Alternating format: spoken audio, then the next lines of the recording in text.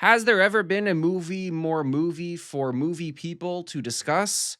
No. The movie that invented girl bossing before Netflix made a show about it. The movie that birthed 1,000 condescending gays who think they're fashion experts when they call something plaid Vivienne Westwood. The film that invented the concept of good montages. The fashion movie that never goes out of style. It's a classic because it never goes out of vogue. What if I said I made this entire video just so I could tell that joke? That's it. The video is done. You can go out and watch The Devil Wears Prada 2 in cinemas. Hi guys, welcome to StutterBox, and in honor of The Devil Wears Prada 2 premiering in cinemas, I thought we could revisit the first one, the classic, the one that came out 20 years ago. 20 years ago is diabolical, what the fuck? But this is a movie that the first time that I watched it, I was a kid, and I sided with a boyfriend. But before you crucify me, I was a literal child. I was like 11. I knew nothing about fashion. And now, 20 years later, I've watched Project Runway. And I know that in fashion, one day you are in, and the next day you are out. I am now one of those condescending gays. Expert in giving my unsolicited opinion on things that I know nothing about. With a chest full of the same confidence that Annabelle Hath Always Finds a Way had when she gave Miranda a piece of her truth. You're right. I don't fit in here. We're doing thematic analysis, dramatic line reading, serving, and last but never least, roasting men. Why do women need so many bags? So strap yourself to that seat, get ready to have your world rocked. Get yourself a snack, a drink, get yourself comfortable right the fuck now. This is a threat. Relax, and subscribe down below if you haven't already, because it helps the channel, and it's free, and damn it, have I said how much better you will look and feel once you do it? The emancipation of Annabelle Hathaway. Straight away, an instantly recognizable montage of Andy, our protagonist, played by Annabelle Hathaway, getting dressed, ready for work, interchanged with shots of other women around the city doing the same. And the contrast is diabolical. Andy's got frizzy hair, an ugly as sin outfit, no makeup, and she kisses her nasty, crunchy boyfriend, Nate. Whereas all the other women are putting high heels, and they have makeup and nice jewelry, and it looks like they take care of themselves. They measure almonds according to the Hadid doctrine. She gets a bagel, like a morbidly obese monster. She's OOC, out of control. Carbs in the morning? Prison. Andy pulls up to Runway magazine offices. She is there for a job interview, and she meets Emily Charlton. Emily, this girl, wow. She is the real diva of this movie. She is the real hero. She is the Sharpay Evans of this movie. Think about it. Entirely dedicated to her career, hard worker who gets sidelined by the stupid ingenue who doesn't even want this that much. And she's a bitch about it. I'm obsessed. She's also my cousin. Her last name? Charlton. My husband's last name? Charlton. Yeah, well, exactly. Andy is there for the position of second assistant to Miranda Priestly, and she finds out that Miranda has fired the two previous girls because they simply couldn't keep up with the job. And Andy shows up to this interview not even knowing who Miranda Priestly is. And it's not even about the fashion world or like having to know who this famous woman is. It's about not showing up to an interview without doing the bare minimum research, okay? The world out there is fucked up. You need to know at least who runs the company or what the company does, or like have a basic understanding, because she doesn't read Runway. She knows nothing about fashion. She has no idea who the editor-in-chief is. Grr! It's not easy to defend her. It's really not. Emily's about to read her for absolute filth for this disgusting outfit that she put together, but did you hear that? Oh my God. She's here. No. It's an outright panic in the entire office. See that red velvet pump? That's the devil. See that Prada handbag? The devil wears Prada. Guys, I should not be reviewing this movie because I know nothing about fashion. I just simply love it when women. You know what I mean? I just love it when women. Then we have the magazine's fashion director, Nigel, played by everyone's favorite straight gay man, Stanley Tucci. All right, everyone, gird your loins. I would go feral when I saw him in Easy A. I don't know why, but it changed my life. Everyone in the office is running around like crazy. This one is swapping her ugly shoes. This diva is retouching her makeup on her computer camera. Oh, those were the times. You gotta have a camera set up on top of your computer at work. A young woman apologizes for even daring to breathe the same air as the Miranda Priestly. And Meryl Streep, Miranda Priestly, this character, like, wow. You know what I mean? Like, wow. It's one of those characters that will live on. The tales of your incompetence do not interest me. She sees Andy. Who's that? And this interview, oof. Andy does like a shit job. She basically, long story short, I have no other options. It's this or, what does she say? Auto universe.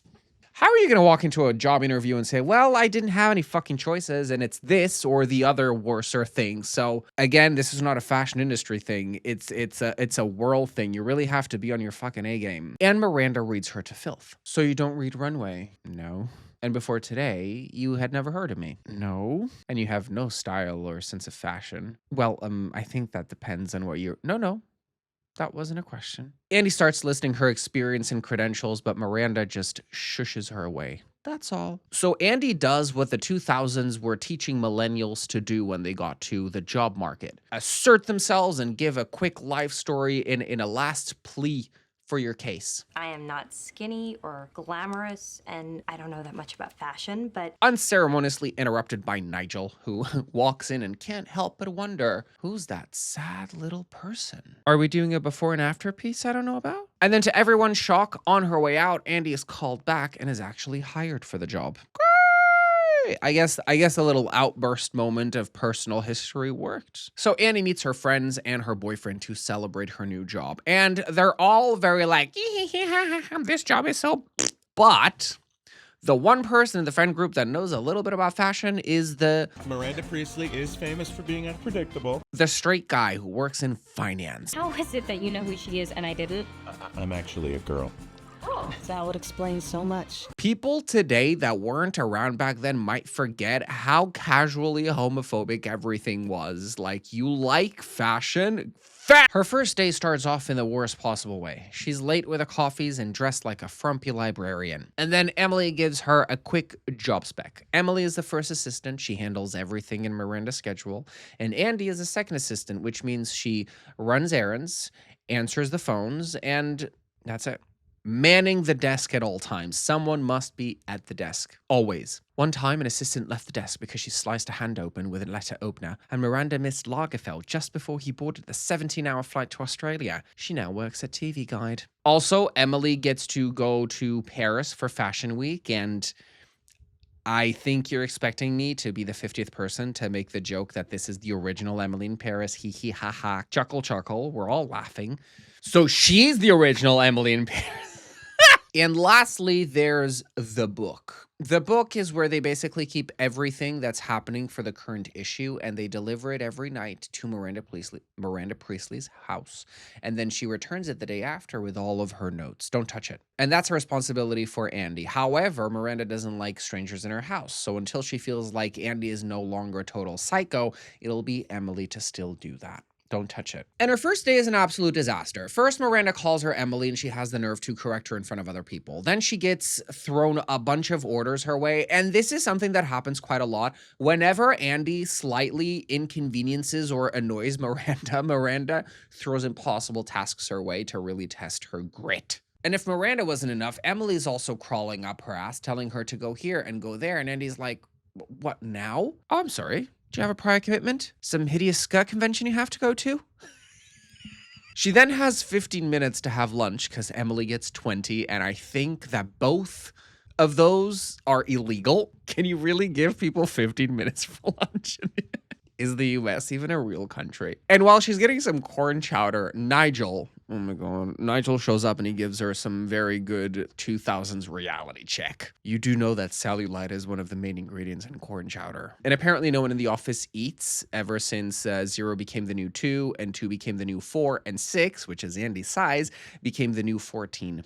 So she's like morbidly obese by Runway magazine standards. And Nigel is there to remind her, put the corn cheddar down, girl. And when she spills a little bit of it on her sweater, he says, and I quote, "Oh, never mind. I'm sure you have more poly blend where that came from." And then another crisis. Miranda's going through a bunch of clothing, and then one of the assistants holds up two very different belts. It's a tough call. They're so different. Andy's in the corner taking notes, and she chuckles.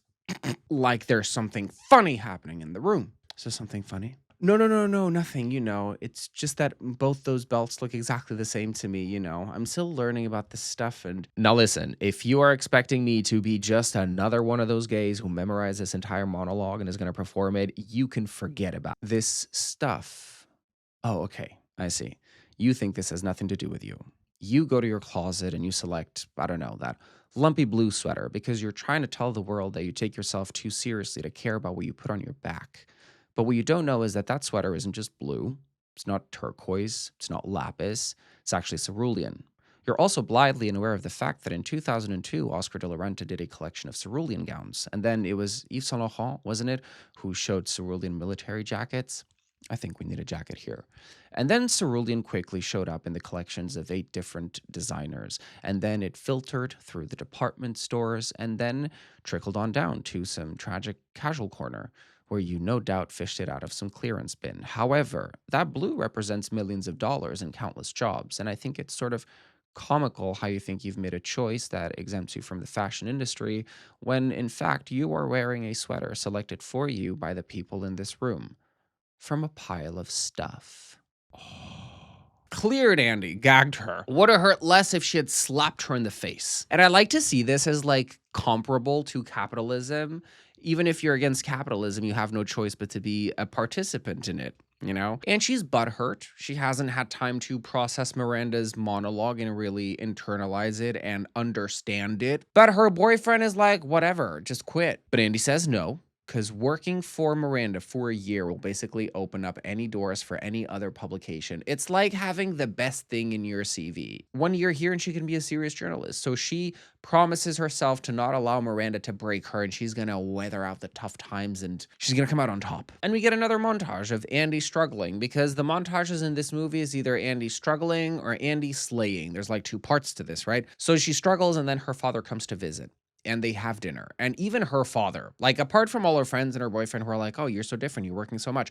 Even her father is like, I find it weird. You were accepted into Harvard Law. You rejected it so you could come to New York to be a journalist. And now you're not even a journalist. The pay is terrible. You're working for a demon lady.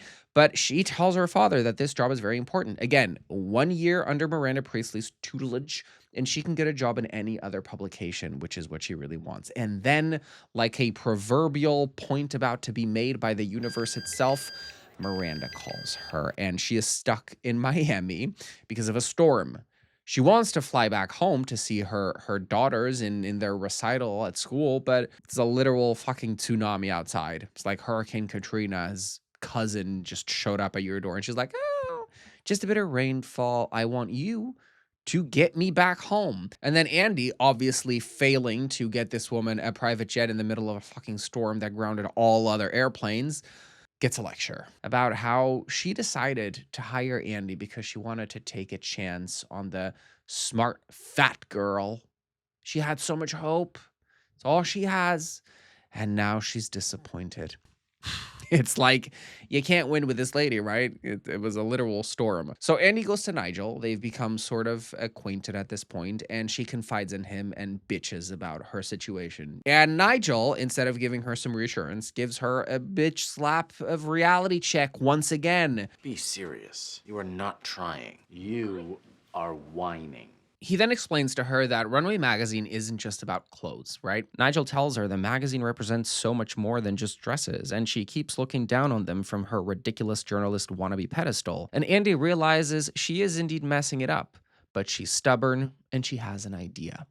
A makeover. Let's finally dress well. She has Nigel pick out a few outfits, and then she walks into the office slow motion. Emily, gobsmacked. Who is that? And then we get another montage of Andy running around the city, except this time she's doing it in fashion. She looks good. She is stomping those streets like she's on the runway. Look at all these different outfits. Yes! Well, yeah! 2006, this was hitting like fucking crack. She even gets Miranda to look at her twice like, oh, okay. And with all the newfound success at work, Andy even brings her friend some free goodies from work, like a telephone, a purse, a bunch of products for your skin. Andy's boyfriend. He says, why do women need so many handbags?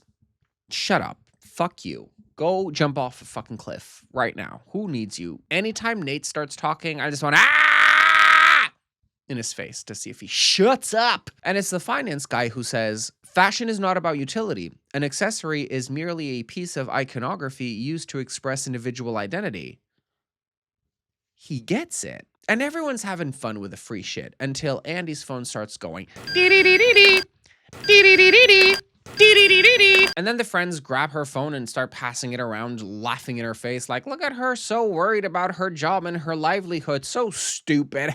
And naturally, she storms out mad, but also because she has to run an errand for Miranda. She goes to an event to pick up the sketch of Miranda's dress for the benefit, designed by this guy, James Holt, and she ends up staying for a drink and meets Christian Tom, a well-known journalist who I'll be calling Blonde Man Whore. Turns out Andy is a big fan of this Blonde Man Whore. She's read a bunch of his work and even did reviews of collections of his work. And hearing that, he's like, interesting. I got a fan here in the midst. She tells him she wants to be a serious journalist, but says that she works for Miranda Priestly, and he scoffs at her like, should not be working for her. You're not going to survive that. But Andy's doing such a good job that Miranda finally calls her for the first time, Andrea, and tells her she wants her to drop off the book. The book. You know? And though the instructions of being silent and invisible were quite simple, the other instructions of where to leave this jacket and the book were not. And then the twins,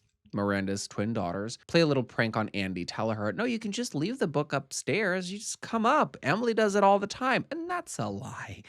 But Andy does it. She walks up those stairs and ends up witnessing a little marital drama between Miranda and her husband, because her man ain't shit. And then she sees Andy, and the look on Meryl Streep's face, like this expression is just, it speaks 1,000 emotions without a single sound. This woman's talent is incredible. Andy goes back to the office and Emily confronts her straight away. You went upstairs? You went upstairs. Oh my God. Why didn't you just climb into bed with her and ask for a bedtime story? And then Miranda's ominous voice calls for Andrea. She's fucked. Andy thinks she's being fired, but Miranda doesn't do things like that. Instead of firing Andy, she's just gonna give her an absolutely impossible task. She wants the newest book. And he's like, okay, I'll go to Barnes & Noble right now. She's like, no. We have all the published books, you dumbass. I want the unpublished manuscript. The twins want to know what happens next. So she wants the book before 3, and she wants her steak in 15 minutes. Andy's back running around town, glued to her phone, calling everyone, trying to find this manuscript, and she's getting the steak. And then she sees the name of Blonde Man Whore on a bus and has an idea. Let me call him. Maybe he knows someone that has connections. She calls him, begs him for help, but he tells her it's impossible. It's an unpublished manuscript. Like, that's psychotic for her to even ask you that. So she goes back to the office, places the steak on Miranda's desk. Miranda comes back. What is that? I don't want that. I'm having lunch with Irv. I'll be back at 3. I'd like my Starbucks waiting. Oh, and if you don't have that book by 3, then don't even bother coming back in. Just mocking her to her face. Annie's had enough. She's like, I'm quitting this job. So she jumps the gun, leaves the office, and calls her boyfriend and says, Nate, I am quitting. Good for you. Congratulations. You're free. Shut up. Fuck you. Go jump off a fucking cliff. And then Blonde Man Whore calls. It's a miracle. He knows someone who knows someone who knows someone. Somehow he got her the unpublished manuscript, but she has to hurry. So she hurries, and by the time Miranda's back, Starbucks is there, the copy of the manuscript. She has 2 more, sent them with the twins already. Even Miranda's like, oh. That's all. Later that day, Nate gets home with fancy food from a restaurant that charges $5 for a strawberry because, and I quote, he wants to celebrate. I'm not quoting, I'm just saying he wants to celebrate the fact that Andy quit her job. But then Andy's like, actually, I didn't quit my job. I realized I was having a moment of weakness, and it's not worth throwing all these months that I've spent working really hard for a moment of weakness. And he's so gross. He's like, whatever, it's your job. And he's like, I'm the same Andy, different clothes. And he's like, I like the old clothes. Shut the fuck up, Nate. Oh my. Maybe you should date a pillow and dress the pillow like that. I'm just saying, if you're so bothered that your girlfriend is hot as fuck. Then Andy confides in Nigel and tells him that her personal life is falling apart. And he says, welcome to the club. That's what happens when you start doing well at work, darling. Let me know when your whole life goes up in smoke. That means it's time for promotion. So it's like, whatever you do, you're fucked. Because let's not forget, The Devil Wears Prada is ultimately a testament to capitalism, the corporate rise and grind of the everyday hustle and bustle of, you know, doing everything your boss wants so you don't lose your job, because it's a dog-eat-dog world and you have to debase yourself to keep a job. Isn't that fucked up? Florals for spring?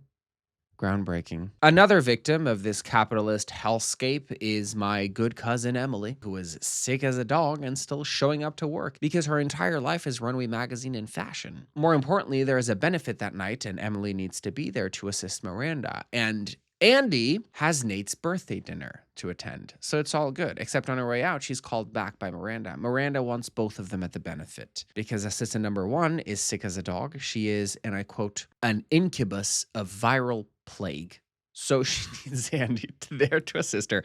And Andy and Emily's job at the benefit is basically to stand behind Miranda and tell her who everyone is, so Miranda doesn't have to introduce herself or have anyone introduce themselves. And when they get to the event, even Emily is stunned at how beautiful Andy looks. Andy, you look so chic. You look so thin. Do I? Yeah. Oh, it's for Paris. Well, I'm on this new diet. It's very effective. Well, I don't eat anything. And then when I feel like I'm about to faint, I eat a cube of cheese. Well, it's definitely working. I know, I'm just one stomach flu away from my goal weight. Andy then spots Jacqueline Follet from the French runway magazine branch, who, according to Emily, Miranda absolutely hates. And then the unthinkable happens. There's a man approaching Miranda. Emily can't remember his name, and she's throwing out words and sentences trying to get to his name, and then Andy steps in. That's Ambassador Franklin, and that's the woman that he left his wife for. Oh, no, that's no good. Emily quietly thanks her. Andy has even surprised herself. How the hell did I just know that? But she eventually rushes out the party because she has to go back to Nate, and she bumps into Blonde Man Whore on the way out. And he tells her that his editor for New York Magazine or something is inside and he can introduce them. And Andy ponders, like, do I go inside and speak to an editor of the magazine that I would love to work for, like my dream job, or do I go back to my annoying boyfriend who doesn't support me? And she goes home to the boyfriend. And it's a terrible decision because she gets there. She's already late. He's already pissed. Like, in Portuguese, we have an expression called perdidos por 10, perdidos por 1000, which means when you're already late anyway, like by an hour, you might as well be late by 10 hours. Like, it's the same whether you fucked up by a little or by a lot. You fucked up. That's it. She's fucked up with her boyfriend. Might as well go back into the party and speak to a bunch of editors and then explain the situation. So she gets home with a cupcake and a candle, ready to apologize to her man-baby boyfriend who is sulking. I get that you'd want your loved ones at your birthday dinner, but like, grow up. This girl has a job for 2 months and all of a sudden everyone's attacking her because she's no longer the pushover that everyone liked to push over. And then one day as she's dropping off the book at Miranda Priestly's house, Miranda's there and calls her Andrea. And then tells her that the week in Paris is the most important week of the year. And Miranda wants the best team with her there, which unfortunately no longer includes Emily. So she's taking Andy, and Andy at first is reluctant and says that I couldn't possibly do that. That will kill Emily. She's like really wanting to go to Paris. And Miranda says, well, if you don't go, then I will assume that you're not serious about your future at Runway or any other publication. Diabolical. She's basically saying, hey, if you don't go to Paris, I'll fuck you up. Like, it's bad, but I can't help but support. Because we support women's rights and wrongs. And then in the morning at work, she's like, by the way, you need to tell Emily that you're going to Paris and she's not right now. And Emily's not there because she's running an errand currently on her way to the office. So Andy calls her and she's like, oh, when you get to the office, we need to have a conversation. And Emily's like, I am so beyond stressed. I am running around like crazy. I've got this to do and that to do, and I'm trying my best, and just give me a second. I'll be in the office. And then, boom, hit by a fucking taxi. Emily's hit by a taxi and she ends up in the hospital. And then Andy shows up and tells her the truth. Emily's obviously very upset. I don't care if she was going to fire you or beat you with a red hot poker. You should have said no. And then explains that the most fucked up part about it all is that Andy's the one who said that she doesn't care about all this. She doesn't give two flying fucks about what shows up on the runways or what shows up on the magazine. And now it's Andy that gets to go to Paris and mingle with all of the industry giants. And she's the one who gets to keep all of the clothes. And that's what Emily's really heartbroken about. She wanted all that clothing. You don't deserve them. You eat carbs, for Christ's sake. Andy then goes to her friend's art show, and for some reason, Blonde Man Whore is there, and he's like really laying it on thick on her. She's like, "Oh, I'm gonna be in Paris too. I'm gonna be in this hotel, and it's gonna." And then he plants a very slow and seductive kiss on her cheek. That's true. Okay, whatever. And Andy's like. So her friend sees it, and her friend throws a fit. I can't remember her friend's name. I did not write them down. And she tells her, I've known you for 16 years, and I don't recognize this Andy. Like, can we stop acting like this girl went on a violent rampage? She got a job and dresses better. And just like divine intervention, Nate shows up just in time to hear that Andy's going to Paris. And he wastes no time. Wait, Paris? But Emily is obsessed with Paris. Andy walks out, and they have an argument outside, and Nate's... I don't like him. He's like, I don't care what you do. You could be out there pole dancing all day, all night, as long as you did it with some integrity. Nate, shut up. Oh my God. Andrea out here trying her absolute fucking best for just a few months, and not a single person in her life can give her any support. Andy, get you some better friends. But just as they're breaking up in the middle of the street, Miranda calls again. Like divine intervention, the last acts in their relationship. Cut to Paris, and Andy is living the stolen life of Emily in Paris. And then in a hotel room, Miranda goes over the seating arrangement with Andy. She's visibly upset and wants to move Snoop Dogg to her table because her husband is no longer coming, because her husband is divorcing her. And then she starts wondering about what the magazines and the headlines are going to describe her as. The Dragon Lady, the Snow Queen drives away another Mr. Priestly. And she says that it's not even what they write about her. She just finds it unfair on her daughters because this was another father figure that presumably just left them after gaining her daughter's trust. Later that evening, the girls and the gays reunite because Nigel wants to celebrate. Someone really rich is investing a lot of money in James Holtz's brand, and he needs a business partner, someone to help him expand the brand. And that business partner is going to be Nigel. He's leaving Runway, but he's finally going to be his own boss. For the first time in 18 years, he gets to do what he wants. He's so excited about it. They have a celebration. Miranda is the one who put him forward for the job and everything. So, like, it's all Gucci, right? Right? Put a pin on that because Andy then goes to dinner with a blonde man whore for some goddamn reason, and he woos her, and he seduces her, and by the end, he kisses her, and she's like, I just broke up with my boyfriend. They sleep together, whatever. The day after she wakes up, she's super late. She's leaving in a rush, and then she finds a mock-up of what American Runway magazine will look like once Jacqueline Follet is the new editor-in-chief. Blonde man whore tells her this because Jacqueline is bringing him to run all the editorial content. They're pushing Miranda out. Jacqueline is younger. She can do basically the same thing for a lot less money. She has fresher takes on things. And Andy's integrity starts screaming at her to go tell Miranda.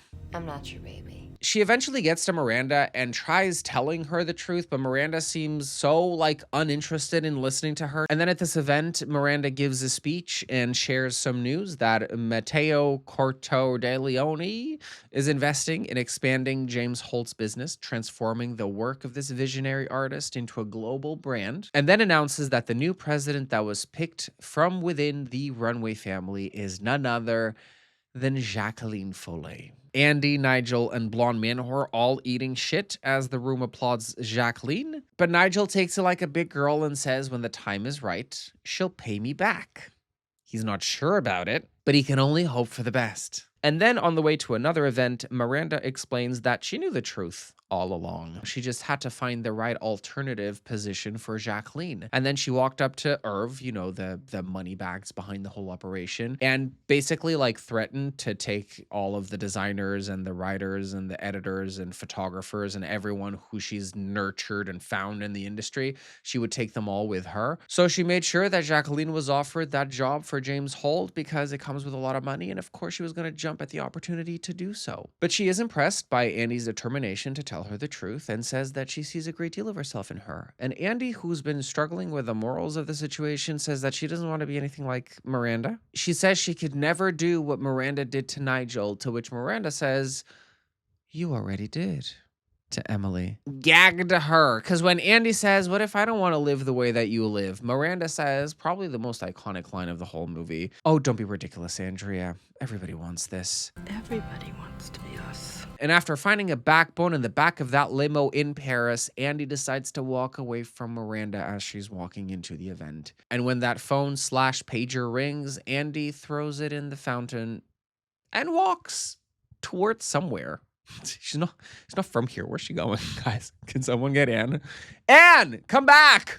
We got the scene. I love that she's having a cathartic moment and deciding to walk away from this toxic job, and I don't want to become Miranda. But, like, you're still on the clock.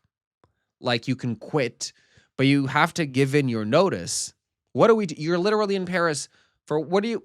Cut to New York sometime later. Andy goes for a meal with her boyfriend, Nate, and she apologizes to him. Oh, no, don't apologize to him. And Nate says that he got a job as a sous chef in a fancy restaurant in Boston. Okay, good riddance.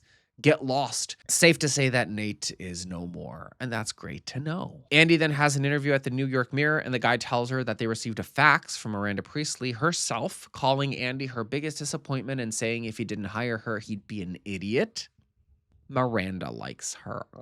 And then Andy calls Emily because she has all of these clothes from Paris and she has nothing to wear them for. So if Emily could take them off her hands, that'd be great. And then Emily, all emotional, turns to the new assistant. "You have very large shoes to fill." Yes. Andy then sees Miranda and she smiles, but Miranda doesn't even react. She just gets in the car, slow motion, of course, diva. And Andy walks away, but then Miranda looks at her and smiles. And we can even hear a very quick, loud chuckle. And the movie ends. Obviously, gays had to co-opt a fashion movie about powerful women serving but this movie isn't for the gays. This movie is for working women who are working and, you know, going through society, through capitalism as women, as professional women. Obviously, the sets of challenges are completely different from what men go through. So that movie was, in a way, like, it was a PSA for women, but it was also a PSA for the fashion industry. Guys, that's a timeless classic. That is an absolute banger of a film. It's rewatchable to fuck. And now all we have to do is pray that the second is half as good. Half as good. Let's hope for the best. At this point, by the time you're watching this, some of you may have seen the second already. I haven't. Time of filming. I'm filming this before the movie even comes out. So when I see it, I'll come back and I'll report my findings. So subscribe down below if you haven't already so you don't miss that. And thank you so much for tuning in, guys. That's it for today. If you liked it, leave a like, subscribe, and yeah. I love it when women. It might be a new video series on my channel. And until next time, stay safe, stay sane, stay stupid, and stay stuttering. Bye, guys.